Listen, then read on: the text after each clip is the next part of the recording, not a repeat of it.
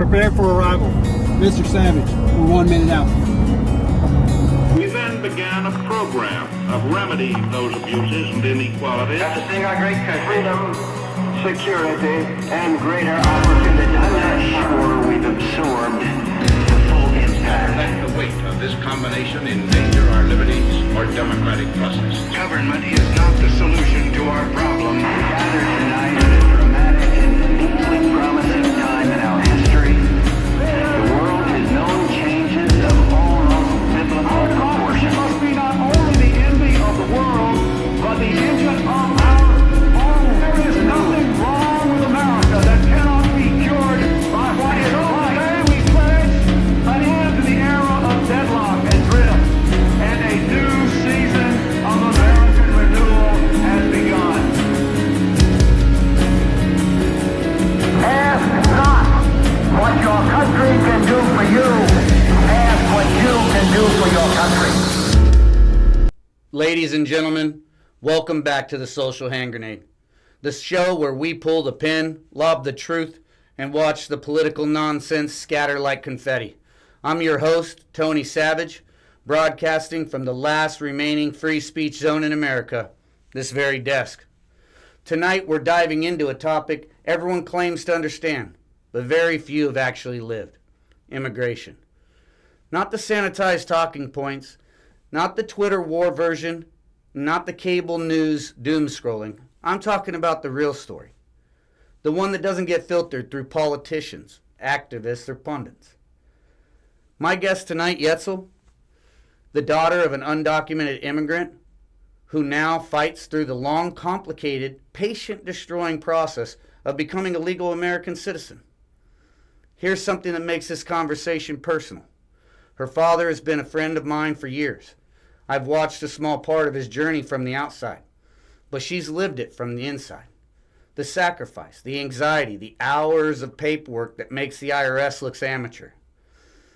And the hope, because despite everything, hope still lives here. Everybody has an opinion about immigration. Some folks want the border open like it's Black Friday at Target. Others want a wall big enough to keep mosquitoes out.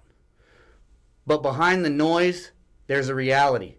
Families like Yetzel's try to navigate the system that moves slower than Congress on Friday afternoon. That's why the conversation matters, because immigration isn't just a policy. It's personal. It's generational. It's human. And tonight, we're going to hear the story from the inside. So buckle up. This isn't a lecture. It isn't a pity parade. It's raw, honest look at the American dream. Let's get into it. Yetzel is here, and her story is one you won't forget. Okay, so let's go ahead and get started. Let's start with just how long have you lived here? I've lived here my whole life. I was born in Houston, Texas, but I was raised here in Austin. I'm 17 years old, so I've been here ever since. But my family, they migrated over here about 25 years ago, I would say. Yeah, incredible. Yeah. Okay. And so you know nothing about anywhere else but America. You're an American citizen, no problems there. No. It's your dad has struggled with going through the system. Yeah. Okay. Yeah, I think it's for both my parents as well. Okay. But my dad has struggled with the system a lot. It has been really difficult for my family and I, especially now with all like the ICE raids and everything, and everything ever since our president got into office.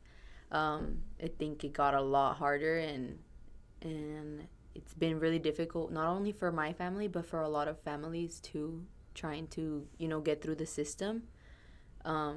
So that's been really hard on us. Yeah, I mean, it sounds like it. When you told me what happened with your dad, I was heartbroken. Yeah. So, your dad. When did you discover that your dad had an immigration status that was, going to be a problem, or that he had to, get corrected? So I know, because I was talking with my mom and my dad. You know, my dad had a case going on back then to, you know, get residency here or, you know, green card.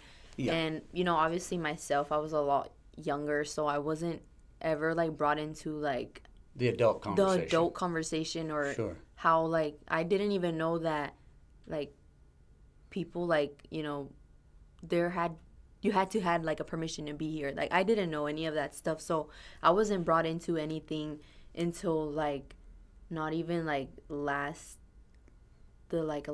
year and a half. I was like more brought into.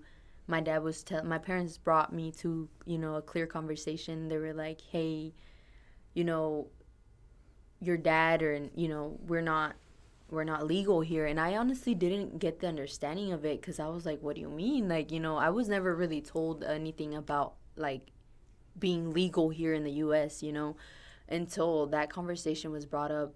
I'm pretty sure, I think it was like around COVID. Let's say COVID was like 3 years ago, right? Okay. Yeah. So you were probably 14. Yeah, I was like 14. And you know, when they told me about it, I was like confused, because like I was just like, what do you mean? Like, we've been here all together. Like, what are we talking about? And that's when they told me that his case was denied back then. And I guess that's what they brought it up, because I guess my mom was scared that, you know, they could have like a court. I mean, like an arrest an arrest for my dad, like, you know. Yeah, a warrant. A warrant, yeah. For, you know, not like an immigration warrant, right? Is Yeah. that's what it's Yeah, called? yeah. Once there's a deportation Yeah. order, it'll turn into a Yeah. warrant. Yeah. So, you know, I guess my mom was just trying to explain to me. I know I have older siblings, so I know they had a more of an understanding than me. But since I was the youngest at the time, they brought it to me, and they told me about it. And I was just, I honestly didn't know what to say. I was kind of like, it scared me in a moment, because the way they told me, and it was scary, because I thought like, oh my God, they're actually I thought like they would come get my dad in that moment, like, you know.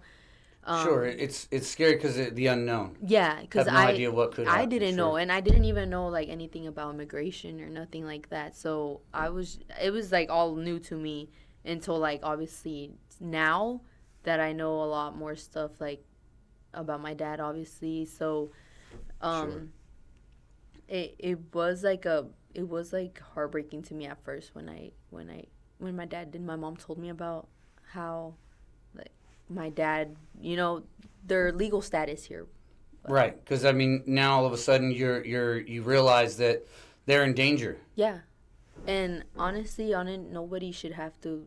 No kid or anyone should have to live in fear of getting like their parents taken away. Especially like someone like me. I'm still young, and I have a little brother now, and him and my dad were like gum stick to each other all the time. So it's like I see my little brother, and he's like he needs my dad, you know? No, absolutely. Yeah, Absolutely. like a mother's love is not the same as a father's love, and it breaks my heart, because unfortunately my dad is not here no more, you know. So it's really hard on not even like the legal status of being here. In our hearts, it hurts us, and it's hard. Yeah, I mean, ever since I've known your dad, he's always been hardworking, honest, Yeah. and very nice Yeah. guy. And I personally have always taken a hard line on illegal immigration, and it's not really. I don't feel that way because of folks like your father. Yeah. I feel that way because of folks like they caught a known terrorist in Louisiana Yeah. that came in illegally, and I even before I retired, and I was doing ran a construction company. I did a roof on an ice facility, and that facility, when I walked through it to give the bid, I mean, there was mostly folks from China and the Middle East in that detention center. Yeah. And that detention center was here in Central Texas. I mean, this isn't, New York or something. This is right here. So to me, when I think of immigration, that's what I'm thinking of, not our neighbors. You know what I mean? I don't really think of just because that's the kind of immigration that I'm worried about. Yeah. Is us essentially having folks from other countries that hate us. Yeah. And they're here for nefarious reasons. They're here, because they intend to do something bad, not because they're here trying to raise a family. Yeah. But they're obviously there is that aspect. They're caught up in the dragnet. Mm-hmm. There are families, and I don't know how to reconcile that. How do you make a policy where you are only getting the folks from these countries that essentially hate America versus someone who's here working hurt and providing for their family. That's very tough. Yeah. And like I said, when I heard your story, it definitely it hurt to know that happened. It's really a shame. Yeah. But so tell me what happened and how did it take place? So we understand you mentioned your dad's not here. Yeah. What happened? So my dad recently, because of all the immigration this year, like all the immigration raids and everything, its work started to slow down here. So we got a couple contracts out in like San Angelo. So our guys had to leave. They had already gone. They were back for just a weekend because they came to visit. They stayed over there the whole week. But y'all were chasing work. Yeah, but my dad was just chasing work. He didn't even plan to come to the weekend and spend time with us. He was gonna keep working there instead of having to come back because it was like a 4-hour drive from us. Sure. But he just wanted to keep working. But he rather had time on the weekend with us. So that time they were coming back. And, they made it home and everything, and they were supposed to go back to work on Monday. And so that's what they did. They left like around 5 a.m. And my dad drives a van, like a, construction van. So, and also because our team goes with him. So they were all together, and they were driving out to San Angelo in the morning. And around closer to where they were like not even 20 minutes away from our job site over there. And we get a call from one of our other bosses, and he was like, hey, like, I think your dad got pulled over, like, call him or, whatever. So I was like, I was scared. I didn't know. So I called him and nobody was picking up. So I was just, I honestly didn't know what could have happened in that moment. So I was just waiting patiently. Me and my mom were waiting patiently to hear back from any of our guys or my dad himself. And unfortunately, like 30 minutes later, we got a call from one of my cousins that he works with our company too. Okay. So he called us and he was like, hey, unfortunately, we got pulled over. And I was like, okay.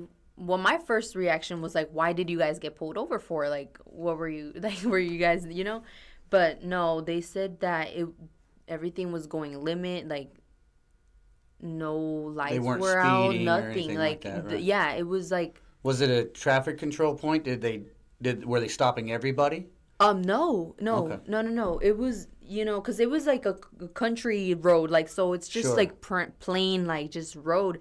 And it was a state trooper. They told me that they were like, they had seen many already coming, like, on their way to San Angelo. They had seen a couple of troops like out and checking, Sure. But he said that state trooper came out of nowhere and pulled them over, and they were going the limiter and everything because, even after what we heard, we even asked if there was like a ticket or anything, just so we can pay it off or whatever it was, Right. And no, like, it was just a miscellaneous. On his record, it said miscellaneous traffic stop. There was no reason for him to get pulled over. Got it. But unfortunately, things went differently, and they took my dad and some of our guys that morning, and it from there. So where did they take him? So in San Angelo, there was a detention center, like Okay.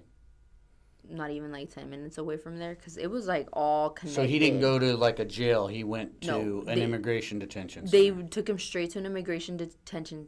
No, I think it was a jail actually. He did go to the jail, and then Okay. I think right next to there was a detention center, because they transferred him over like right away. So they took him and two of our other guys, and they gave my dad a bonding like option, because he had like almost like a work permit, but I don't even know what happened there. My sister was mostly talking, because I wasn't really like up to date with this stuff. Like I said, my dad hadn't told me about everything and stuff. So I just remember them, being in jail. Well, my dad being in jail, and waiting for what could happen next, because he hadn't done anything, and he has a clean record and everything. So Right. what I guess they had him in there to see maybe they could release him off a bond or something, because we told them that we were gonna get our lawyers involved, because there was no reason for For the stop. for the stop, and for to just get taken away like that. I think everybody deserved like an explanation, because my dad wasn't able to explain himself as much, because unfortunately he also doesn't know English, and Yeah, the language barrier. yeah, there was a language barrier there. So it was so it's really hard. He told me himself that it was really hard in the moment, that he couldn't really explain, and that nobody there was helping him with translation, even the people who worked there. So he just had a lot of trouble with the communication there. So unfortunately, our lawyers weren't able to move forward with that, and they transferred my father right away to the detention center, and they told him that he was going to get another background check, and they said if depending on that background check, they would give him time in that detention center, which is like, why? Because he hadn't done anything. And so What do you mean by time? Like they were gonna keep him in that detention center. They told him to 6 to 8 months until they processed whatever, if my dad had anything going on, right? So he could spend nearly a year in that in the detention center off just that basically morning while they're doing paperwork. Exactly. Ridiculous. Exactly. Okay. And so I was just like, well, my dad has no record, so that is not happening, because there's no reason to. And good thing, there wasn't nothing, and they let him go right away, but they didn't let him like come back home like to us. They had to send him to Mexico. They So your dad's now in Mexico. Yes. So in that order, we told them that we had a case going on, right? And the cases and the processes right now are really slow. Like anybody right now, I have other family members who are also like waiting, and it's such a long way and such a long process. And for us, this is the second time on my dad, and we had. So that's the next thing I wanted to talk about is the lawyers, because I feel like these are the biggest criminals. Yeah. So you've dealt with multiple lawyers now. Yeah. And some of them literally just take your money and then, give you the runaround. Yeah. I think, lawyers right now especially right now, they're really expensive too. And I've heard a lot of families that have given lots and thousands of dollars to try to get, their person back or whatever it is. And it ends up being declined by the system. So you pay all this money, wait all this time, and then get told no. Yeah. So in my dad's sense, they told my dad that if he wanted to keep his open case that he already had, he would have to spend those 8 months in in jail while they waited for the paper or whatever.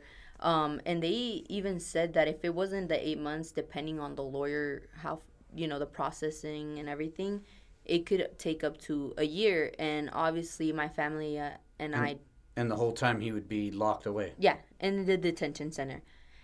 And obviously my family and I don't want that for we didn't want that for my dad. Yeah, who would? So we talked to my dad. It was mostly what he wanted, what he felt in his heart, and he said that he much rather let go of the case and go back to Mexico and start again, But for us, it's just hard because this is not even like the second time. This would be like the third, fourth time that we have to do this. And each time you're paying another lawyer. Each time we're paying another lawyer, losing our money, and we're not getting. And your dad's obviously not working. Yeah. Because he my got dad deported. was, yeah. And he was the breadwinner. He was the provider. He was the provider. And my dad, he was our provider.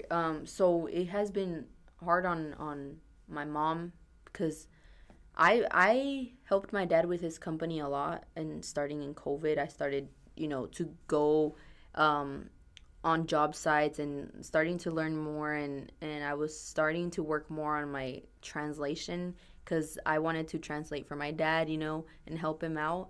And fortunately, we did that. We did that. And based off my dad, like, I learned from him, and I'm able to do what he's doing now. That's what I have been doing ever since he got deported. I've been holding his company and keeping it and all his clients and everything. And my hardest part on that was breaking it down to our clients, like, because my dad was the one who did the work, and, his, right. Nobody's going to match the...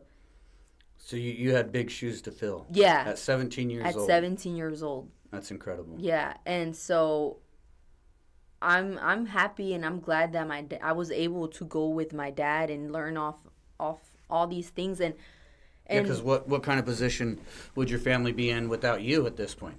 Exactly. It'd be terrible. It would be. I imagined it myself because I didn't think that I would be able to, keep my dad's clients and, keep it running. So that was in the back of my head a lot. Like, what are we going to do? Like, I can't, if I get a 9-to-5 job, it's not going to be able to, help provide what my dad, provided. Right. So, thankfully I was able to do, I'm able to do what my dad does and still keep our clients and keep the business running. And we have, work because of him teaching our guys and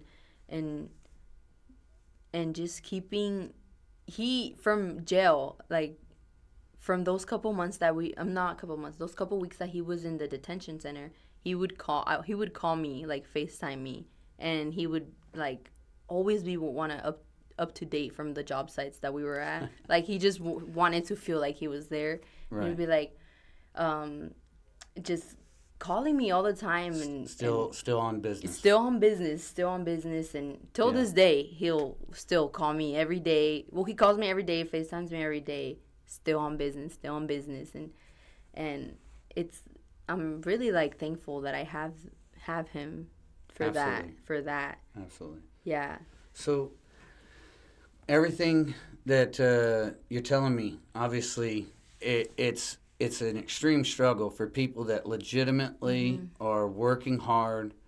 They're running into predatory lawyers, and these folks they're posing as immigration activists, and the system obviously is flawed. Yeah.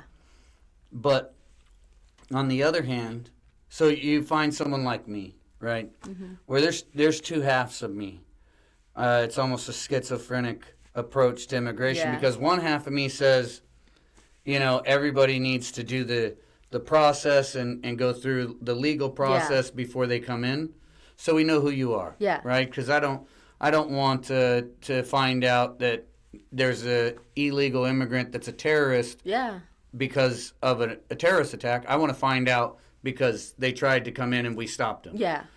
But at the same time, I don't feel that it's really justice to bust up families where, you like yourself, you've been here your entire life, and your dad's been here for, almost going on 3 decades, Yeah. and all he's done is work. Never had a single, run-in with the law until he gets pulled over. Yeah. And sent to Mexico. Yeah. So, my question, I guess, is what do you think, from your perspective, what do you think we can do to basically protect families like yours, but also prevent, nefarious characters from coming into the country illegally? Honestly, I think to try to protect family like mine's right now is like really difficult, just because a lot of like you said, like posing ICE people, like, or just them not caring about any, like, they don't care. So it's really hard to try to protect somebody, like, families like that don't have anybody, but honestly, I feel like if there's people out there that are scared to, like, go out and stuff,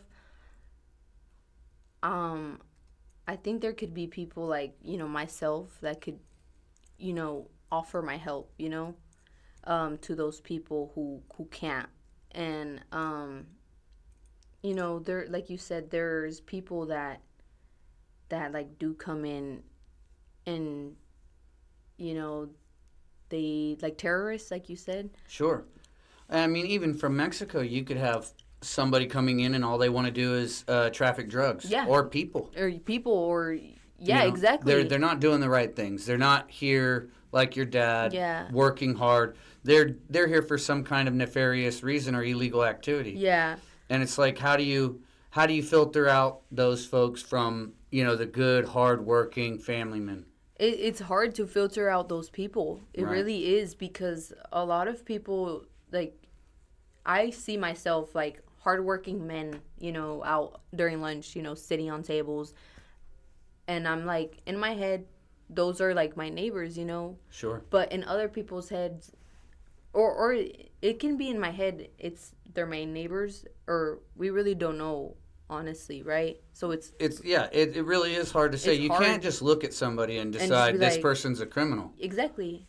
Right. Because you really don't know. And I think people just don't really think about that. I think it's easier for people to not think about it. Yeah. Because if you don't think about it and you're just like hard-nosed about it and say, hey, if you're not here legally, that you got to go. Yeah.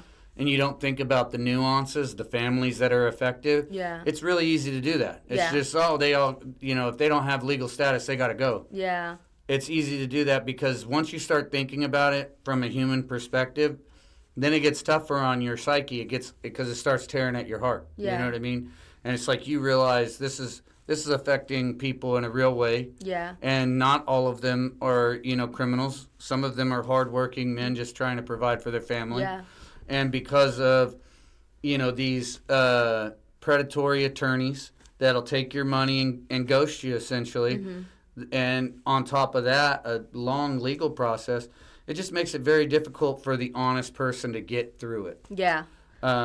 Your story is really sad that, like you said, your brother's going without, his dad. Yeah. You're going without your dad. Your dad literally only wants to figure out how to manage the business from a distance. Yeah.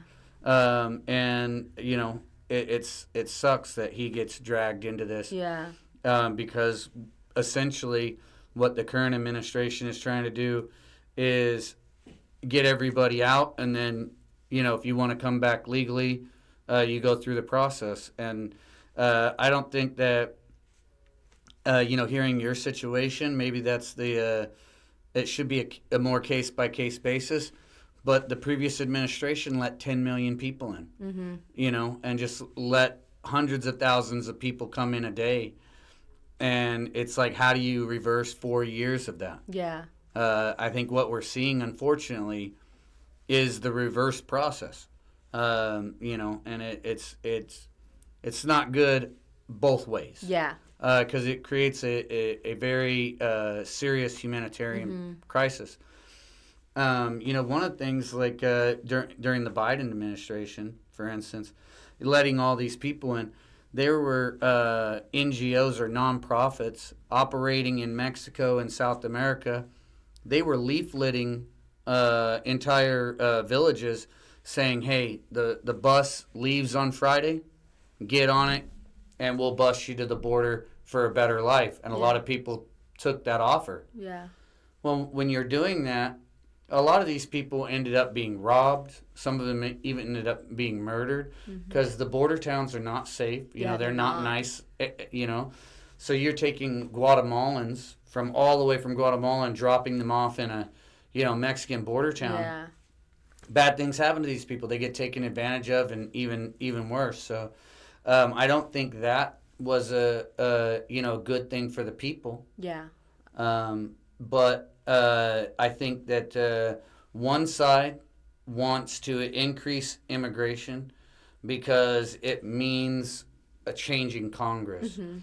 Because in a lot of the Democrat states, they're counting non-citizens in the census, which increases the amount of politicians they get for their side. Yeah. So if you have more people, say, in Illinois, you're going to get, and those people are counted in the census, there's now more seats, you know, in Congress for Illinois. And so it's just a game they're playing, but they're playing this with a lot of people's lives. Yeah. And I know maybe you don't understand that on a political level. Yeah. But that was the game being played under Biden. And the reverse effect is essentially just as drastic and, you know, just as harmful to the people. And it's unfortunate that it's, you know, affected you and it's affected your family and someone I consider my friend. Yeah. So what do you think what's the next step? How long did they say the process is to, you know, get your dad back? So right now, what's next for me right now, I have to keep pushing with my dad's company. Like you said, my dad is not working right now. He, like, where we're from in Mexico, there's, like, limited labor. So, I have to help provide for my family here, for my mom and my brother, and I have to provide for my dad in Mexico. So, I mean, those are my next steps for me. But for my dad, like you said, they told us that it could take up to, right now, we're looking at 6 months for some paperwork, for some new paperwork. And is that like applying for a work visa? That's applying for work visa. Okay. Yeah, because my dad, like we said, all he does here is work. And he has a house. He has a house. He has a business. So it's not like he's coming here and just going to be a drain on society or something. Yeah. He's productive individual. Productive, and I can tell you this about my dad. My dad, like, this is how, like, I never was really brought into politicals, just because I was raised so differently, and I was just so, me and my family, me and my siblings, we were always so close with our mom and our dad. Like, we were just we grew up together, like, never apart. Like, it was just me and my dad and my mom and my brother and my other siblings got older, right? But we are just so close, and it's just like we want to be back together, so yeah, absolutely. We're just waiting for that, and hopefully the lawyers or the office takes into consideration that my dad has us U.S. citizen kids, his children, that need him still, and he's our provider and we need him. And I had to drop out of school. To continue my dad's. So you're not in school currently. I had to drop out, but fortunately I had my credits, and they gave me an option because I told them what happened with my dad, and the school was really, they were really they considered doing online, and, we waited like a week and a half to see if I could continue or, you know, doing online with that school because I really like that school. I don't know if you've heard of Austin Can. It's like a no, it's a No, I haven't. it's a it's online like they have an online program and they have like a school program. Okay. And I really liked going to the school. Like I always liked going to school, but when it came to when I was brought into the work industry with my dad, like it was more work than school. But when my dad started picking up more work, he was like, you go back to school, keep working on school, and that's what I was doing. But ever since my dad got deported, I had to drop out because I couldn't go to school and go to these jobs, at the same time. So it just didn't work out. And for me, in my heart, I thought my family was more important than my education. I understand. it was you my felt family you had to first. sacrifice your Yeah. school. And I had to sacrifice it because, it was either that or my dad was gonna be, with no food, or my parent. Yeah, it could be devastating. Yeah. If the business fell apart because, you wanted to be a kid. Yeah. And so thankfully that's heartbreaking. Yeah. Thankfully that school, they granted me the online program, the online school, and based off my credits, I was able to graduate. So I graduated. Get out. Online. Yeah. You're a badass. Yeah, I graduated, and it was at my own pace, so it was perfect because, during the day, I'm with my dad. I'm with my dad's company or, going to these job sites, looking at the guys, whatever. And so it was good that it was at my own pace because I had time to do it all night or, Right. When you get off work. Yeah, when I got off work, or there was times where sometimes I would even bring my computer with me to these job sites and try to, knock out some courses. Yeah. And get them over with because... Well, you got your work ethic from your dad. Yeah, I got my work ethic from my dad. And that's awesome. And I, appreciate him so much because I know, there's a lot of people like me out there that, have that same connection with their fathers or their mothers.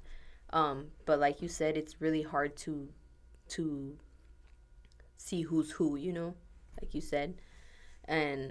But I think people should consider. So what grade would you have been in? You graduated. Yeah. You graduated sophomore year? I graduated. I was supposed to be in 11th grade.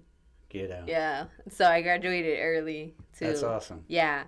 So yeah, I did do that, and my dad was proud of that. My dad was really proud of that because all he wanted was there was times where I was like, I hate school. Like, I do not want to go to school. Sure. And I much was like, Dad, can I please miss school and I go to work with you? Like, please. I was always like that, or, but he was always like, no, just finish high school and I promise that you will come with me every day. Like, finish high school. Like, just finish out. That's all you need to do, And I did that early, at an early age. And my dad was... Yeah, that's incredible. He's really proud of how I'm handling his job and myself with school. Yeah, at such a young age, I mean, it's incredible. Yeah. I'm blown away by it. You're running a business. You graduated early, and you did this all under duress because I mean, this is your dad got snatched away from you. Yeah. And there was no time to be, a baby about it. You had to step it up. Yeah. And you did, and it's incredible. Yeah. That's awesome. Yeah, and right now we just wait. We just have to be patient. I think that's what, like you said, hope. All we have is hope, and we have to be patient for what comes next because we don't know what could happen. So I guess that's just what my family and I have come to understand, that we have to be patient and we have to just hold on to that hope and see what could happen next. Yeah, okay. Yeah. And you think that the current attorney that you're with now, you feel like he's making some headway?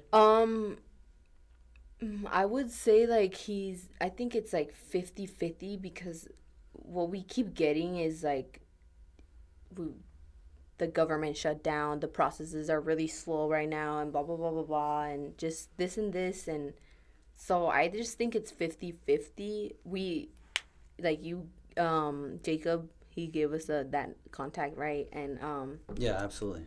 I was talking with my dad about that, and we said that if our lawyer just doesn't process this in the next like 3 weeks, we would have to contact the other lawyer to see what she can do for us, because like you said, we keep jumping onto lawyer and wasting this money, and we just don't get the answers we want. Or Well, I mean, I don't know this for sure because I'm not in the attorney's office, Yeah. but I do believe some people are just taking the money Yeah. and they're not doing anything. I would say that and then too. they're calling you up and saying, "Yeah, I got denied," because it's just they're predators. They're Yeah. just they're taking advantage of people Yeah. in a hard situation. Yeah. And it's terrible that there's people out there like that, but I do believe there are people out there. Yeah, and like I that. believe that maybe that happened to us probably already once Yeah, or maybe twice. more than once. Yeah. And it really sucks. It just sucks a lot. Yeah. It's a shame that there's people out there like that. Yeah. Willing and ready to take advantage of someone like y'all. It's very sad. Yeah. So, I guess at this point, you're just gonna hang tough until they get your dad back, huh? Yeah. Just keep Keep on keeping on. Keep on his company and his work, and be patient. And holidays are coming up, so I get to see him for the first time in like 2 months, a month. And it's just like I'm really excited because I'm just always with my dad. Like, you can ask anybody on my behalf. My dad is my best friend, like my number one best friend. He's my number one best friend. I love my dad. Yeah, your dad's always been awesome. I've always Yeah. enjoyed his company. We can't even really communicate well, but Yeah. his smile tells me everything. You know, what I mean? He would call me from jail and he'd be like, "How's Tony and Jessica?" And I would be like, "Oh, well, they're good." Like, I would, they keep calling us for some work. So, it's glad to know that you guys, are, still helping us and knowing, my dad's story and what happened. And he genuinely really appreciates it a lot. He has told me that many times. Yeah, I He mean, really I want to appreciates help you you all guys. out as much as I can. Yeah. Like I said, I feel it's a shame that unfortunately the way the immigration is and the way it drags families like yourself Yeah. that are just trying to Yeah. get by. Yeah. And yeah, so I hear of any work, I'm recommending you guys without a doubt. Yeah, Without a no, doubt. thank you. He really does tell me. He tells me a lot that he appreciates you. Yeah, he's funny. He's a funny Well, guy. what would you say, I guess, kind of end on, what would you tell folks that, are going through the same situation, but maybe they don't have your experience or your strength? What do you recommend for those folks? Well, I recommend that you just have to keep holding on to hope. I think that's just, you have to be patient. You need patience. Like, you really do need the patience for that. Because a lot of people get stressed because they, for example, like, they might have other perspectives, right? My dad was our provider, and, other families could have their mom as their provider, or their, whoever. And, Sure. It's hard when that person gets taken away, because it feels like your world is ending, because you're like, you don't know what to do, or you don't know who's going to help you, or, there's just people that sometimes are alone, but you just have to be patient and hold on to that hope and wait to see, like, what happens next. I really don't have nothing else to recommend, because all I did was just be patient my whole time. Sure. I had to hold it together for my own family, but besides that, I held it together. Like, I don't know how I did it, but I did it. Like, I really don't know how to recommend how, because it was so hard on myself, by myself. And because I really was mostly by myself the whole time.